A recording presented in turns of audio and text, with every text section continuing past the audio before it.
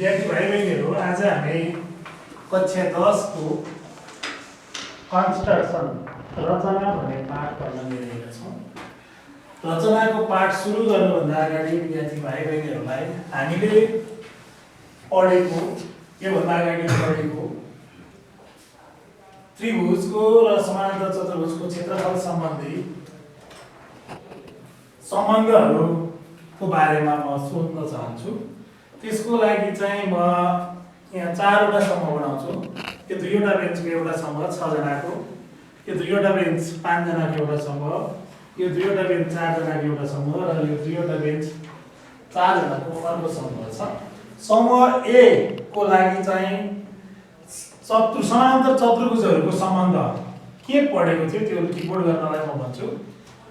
समूह बी को लागि चाहिँ समानान्तर चतुर्भुज र त्रिभुजको सम्बन्ध, समूह सी को लागि चाहिँ एउटै आधार र उही समानान्तर रेखा बीच बनेको त्रिभुजको सम्बन्ध र समूह डी को लागि चाहिँ आज हामीले पढ्नुपर्ने पाठ जहाँ रचना छ। रचनामा चाहिँ सचको अथवा समानान्तर चतुर्भुजको क्षेत्रफल र त्रिभुजको क्षेत्रफल बराबर गराउन, बराबर हुने गरी खिच्नलाई कसरी खिच्न सकिन्छ भन्ने कुरा प्रस्तुत गर्नलाई म समय भाइ बहिनीहरूको लागि 2 मिनेटको समय हुनेछ। छिटोभन्दा छिटो लेखिसक्ने र प्रस्तुत गर्ने एकजना उठेर समूहबाट सल्लाह गरेर एकजना उठेर प्रस्तुत गर्न आग्रह गर्दछु। कुरा बुझेको छैन भने मलाई सोध्न पनि सक्छौ। क्लियर छ नि? ओके, लुफा सक्यो भने भनिहाल्नु। जसले जुन समयले सक्छ एकजना उठेर भनिहाल्नु ल।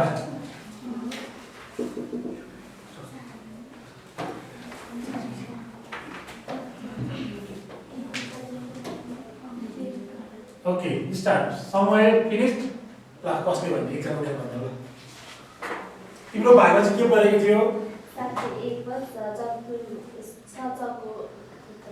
त्यसमा के हुँदो रहेछ ल भन त। एउटै आधार र उही समानान्तर रेखाहरू बीच बनेको समानान्तर चतुर्भुजको क्षेत्रफल बराबर हुन्छ।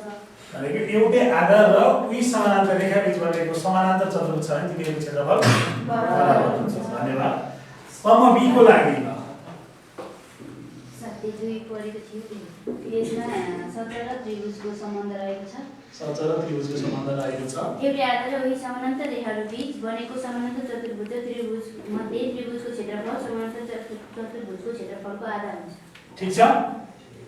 तिमीले सुनेको ठीक छ?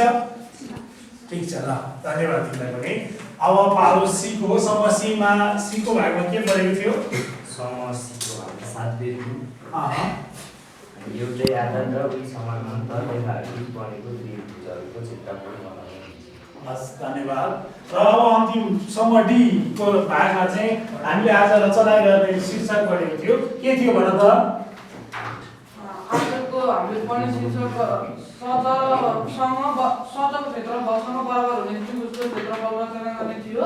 एउटै आधार र उही समानान्तर रेखाहरू बीच बनेको सचको क्षेत्रफल त्रिभुजको क्षेत्रफलको दोब्बर हुन्छ। तर त्रिभुजको क्षेत्रफल त्रिभुजको आधारलाई दोब्बर गर्दा त्रिभुजको क्षेत्रफल र सचको क्षेत्रफल बराबर हुन्छ। Okay, thank you. सबैले मिलाएको छ। सबैलाई क्ल्याप गर्नको लागि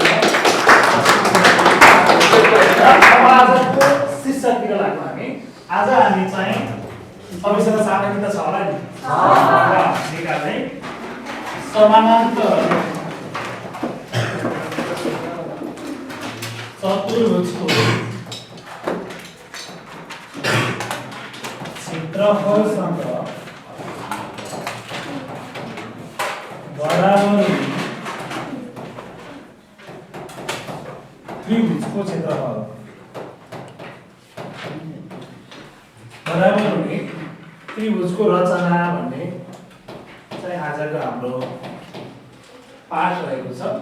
अघि नै समूह डीले भने जस्तै यहाँ हामीले बुझ्नुपर्ने कुरा के रहेछ ल भन त?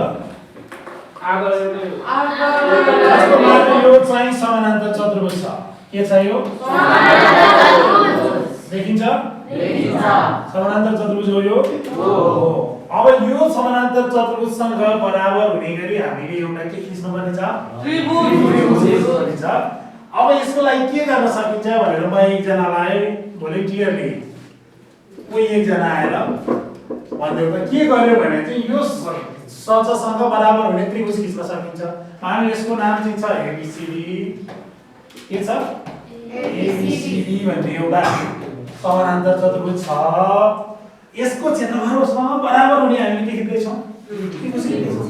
के गर्नुपर्छ होला ल एकजना गएर भन्दै त यसो गर्यो भने हुन्छ। अघि समूह डी ले सकेसम्म समूह डी को चाहिँ नआओ अर्को समूहबाट आएर ल यस्तो गर्नुपर्छ भनेर ल कसले भन्ने छिटो के भने अघि समूह डी ले एकचोटी फेरि गर्नु होला। यदि सचको आधारलाई के गर्ने हो भने ओभर गर्ने हो भने त्यो बन्ने त्रिभुज चाहिँ के हुन्छ त्रिभुजको त्यो सचको क्षेत्रफल के रे आधार जति छ त्यत्रै हामीले के बनाउनु पर्यो थप्नु पर्यो। त्यतिको आधार थपेर अर्को त्रिभुज बनायो भने चाहिँ त्यो के हुँदो रहेछ सचको क्षेत्रफलसँग के हुने रहेछ कोही भोलिन्टियर लिनु छिटो नाम यो ल सीताराम आइदियो तपाईँ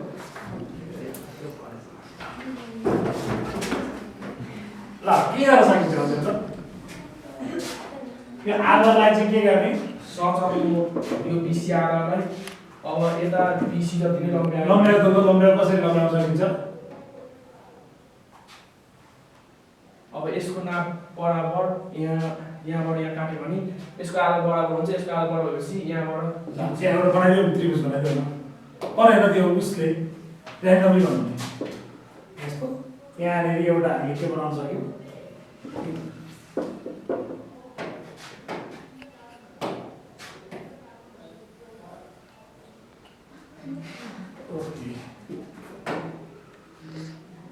एउटा सजाव खिच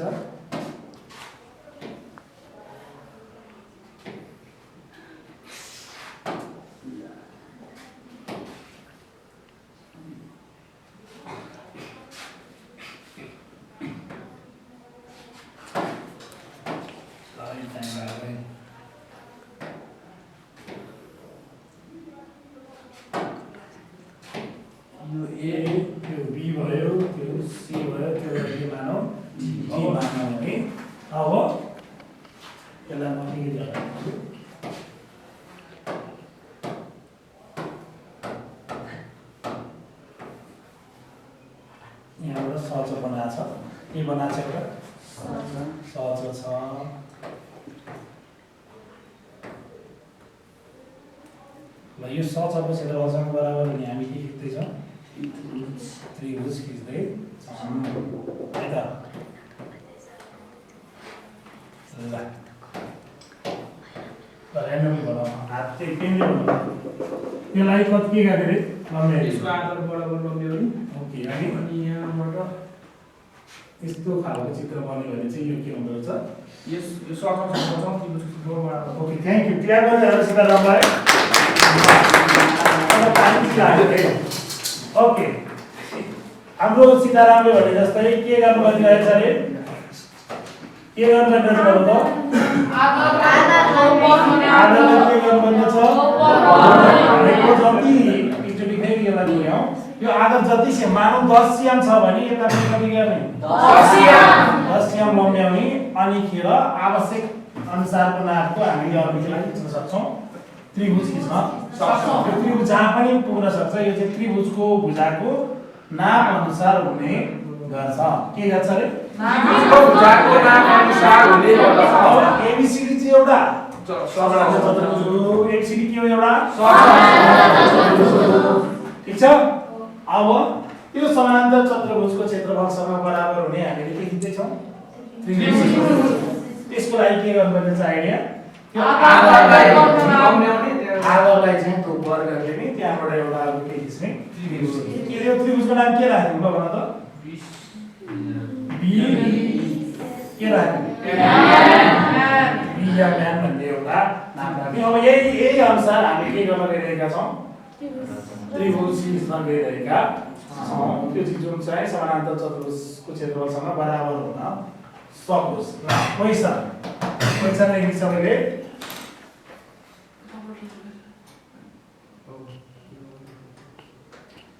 ल क्वेसन लेख्नको लागि रेडी हो त सबभन्दा पहिला एउटा समानान्तर चतुर्भुजको लागि क्वेसन बनाऊ AB is equal to 5 cm र BC is equal to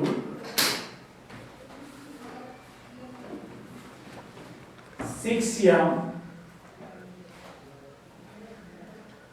भएको समानान्तर चतुर्भुजमा angle ABC is equal to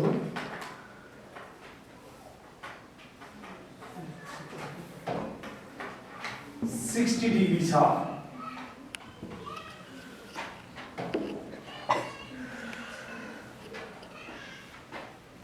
उक्त सच ABCD को क्षेत्रफलसँग बराबर हुने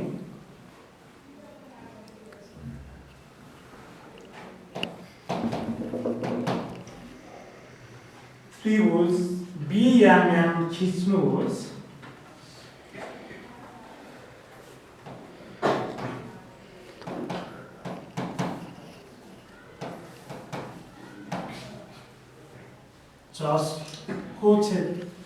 जसको एउटा भुजा 7.5 cm छ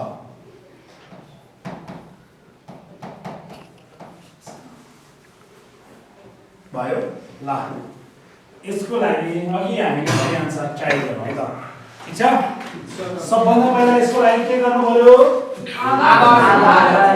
एउटा केस्ता बनाउँ त एउटा रफ बनाऊ तिमीले रफ बनाएर किन्छौ भने यो के हुन्छ सजिलो हुन्छ बनाउन ल अब हामीलाई एउटा के चाहिएको छ समानान्तर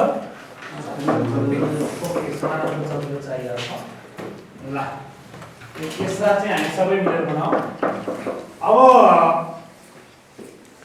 कोण कहाँ छ कोण बी मा ओके बी कहाँ राख्ने होला त्यसो भए कहाँ राख्न सहज हुन्छ बी ला बी सी लाई आधार बान्दाखेरि सजिलो हुन सक्छ हो यसलाई के मान्दिनु होला भनौँ बी यसलाई सी यसलाई ए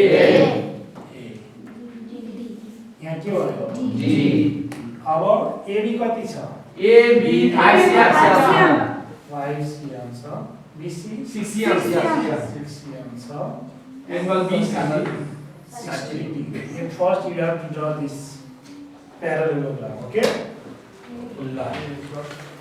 ट्राई गर्ने कपीमा तिमीहरूलाई 3 मिनेट समय रहेछ यो समानान्तर चतुर्भुज खिच्ने सबभन्दा पहिला है त ल तिमीहरू मध्ये कसैलाई बोर्डमा गर्न मन छ ल ट्राई गर्न बोर्डमा ल कोही एकजना ल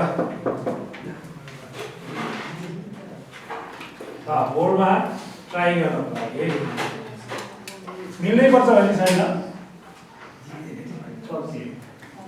ओके हाम्रो सचिव भाइले इच्छा गरेछ थ्याङ्क छ होला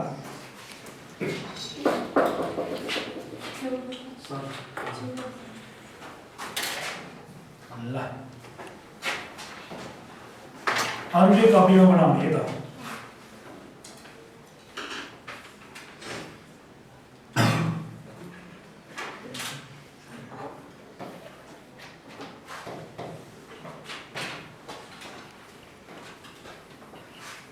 सबभन्दा पहिले तिमीले के गरे ल भन सबभन्दा पहिला चाहिँ हामीले त्यसमा बनाउँदाखेरि नि यो कोण बनाउन सजिलो हुन्छ भनेर चाहिँ आधारमा बीसी दिएको छ त्यही भएर सबभन्दा पहिला यहाँ बीसी रचना गरेको छ यो चाहिँ 6 cm को छ ओके अनि त्यसपछि कोण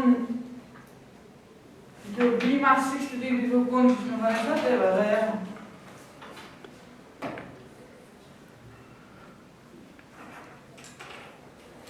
बी मा कति डिग्री कोण खिच्नेछौ बी मा 60 डिग्री कोण खिच्नेछौ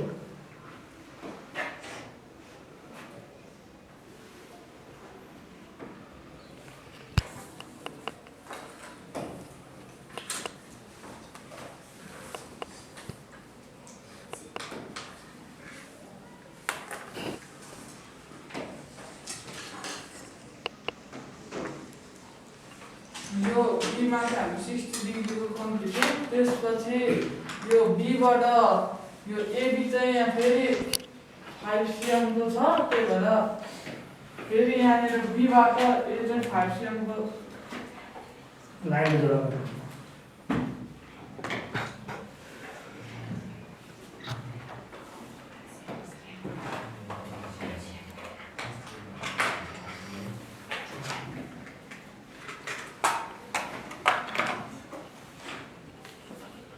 कपी भन्दैछ नि ओके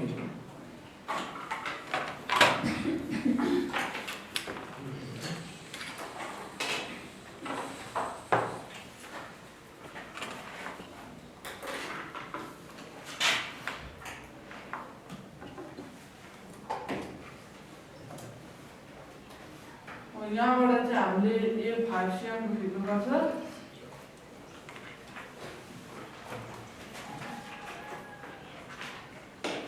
त्यसलाई हामी ताप्ने डाइरेक्ट कम्पासले नापेर काट्नु पर्छ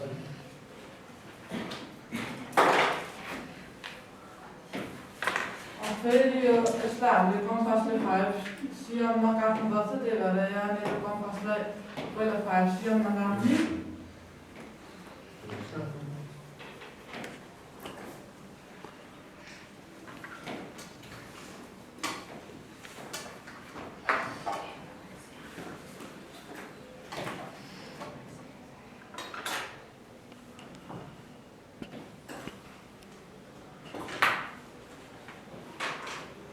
यो 5 cm नापेपछि यसलाई यो बीबाट 5 cm काट्ने।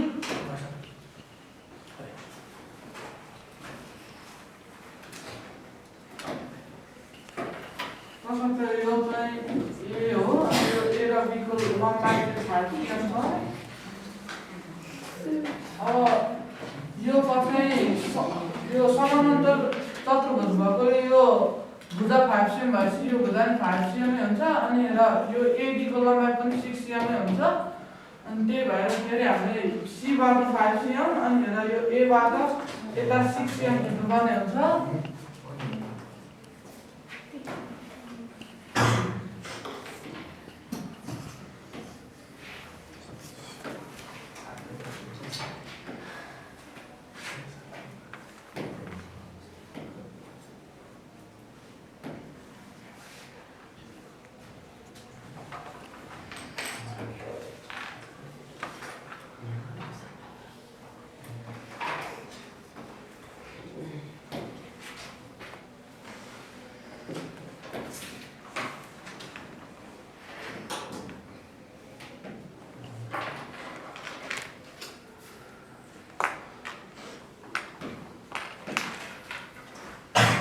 यहाँबाट यहाँसम्म 6 cm भयो। अब फेरि यो सी बाट यहाँ बी बिन्दुसम्म चाहिँ हामीले फेरि 5 cm खिच्नुपर्छ।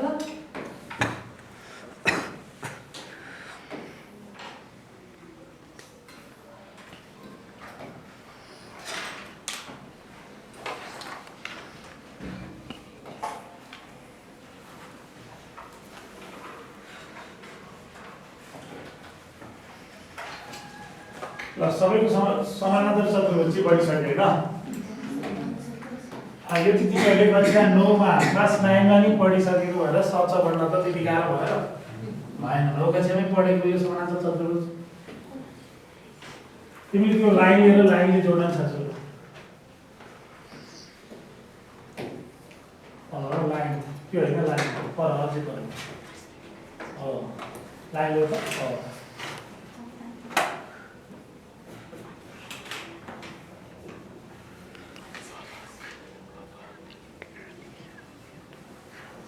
यो चाहिँ डी हो। ओके